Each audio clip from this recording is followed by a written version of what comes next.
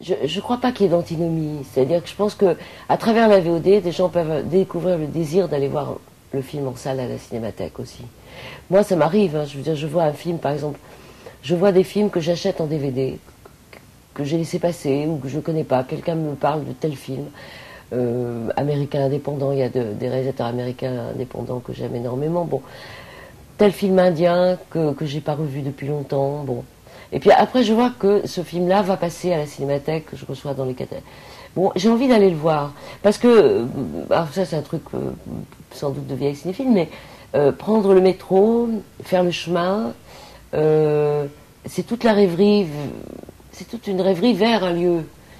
Alors, ça, la VOD ne vous donne pas ça, cette envie d'aller, comme on va à une exposition. C'est pas la même chose d'aller à Beaubourg ou ailleurs voir une exposition et ensuite d'aller boire un verre dans le quartier, puis de revenir. C'est un moment de vie. Dans la VOD, il y a quelque chose de plus glouton, de plus immédiat, de plus lié à l'époque, que je déplore un peu parfois, hein, c'est-à-dire du frigo qu'on ouvre, on mange ce qu'il y a dedans, etc. Bon, il y a un côté fast-food, bon, dans la manière de prendre les choses, mais pas dans la manière nécessairement de les voir, parce qu'après vous avez l'objet devant vous. Et puis, pour moi, c'est souvent quand on va à la cinémathèque, on y va. Moi, j'y vais avec des gens plus jeunes que moi, que j'emmène voir un film que j'ai aimé. J'y vais revoir avec mon ami des choses qui ont été importantes. Bon. Dans la vidéo on demande, il y a quelque chose qui est j'ai besoin de voir ce film à ce moment-là. C'est important de le voir là, maintenant, parce que, par exemple, moi, bon, c'est particulier parce que je suis réalisatrice, mais j'ai besoin de revoir, comme j'ai eu besoin cet hiver, de revoir les Fassbinder. Bon, alors, je cours les magasins, je veux trouver le coffret tout de suite de DVD parce que je veux l'avoir chez moi.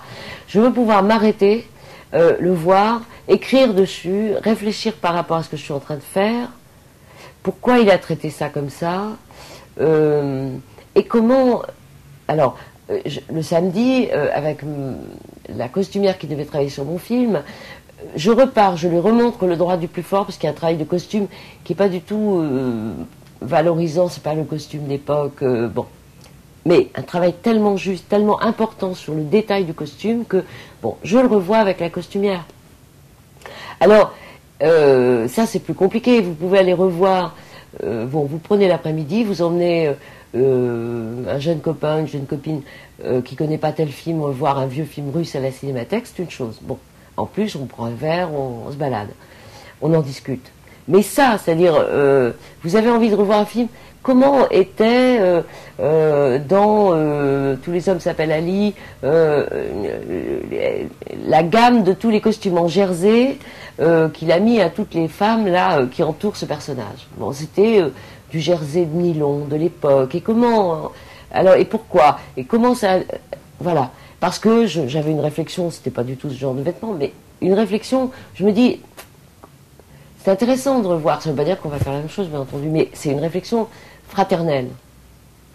Et ça, c'est très passionnant pour... on ne peut pas attendre quand on est en train d'écrire, quand on est en train de réfléchir sur le cinéma, quand on est en train de vouloir se faire sauter dans sa tête des barrières, des cliquets...